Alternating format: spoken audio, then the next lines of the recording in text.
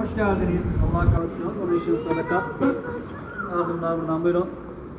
Buyurun efendim. Allah kabul etsin.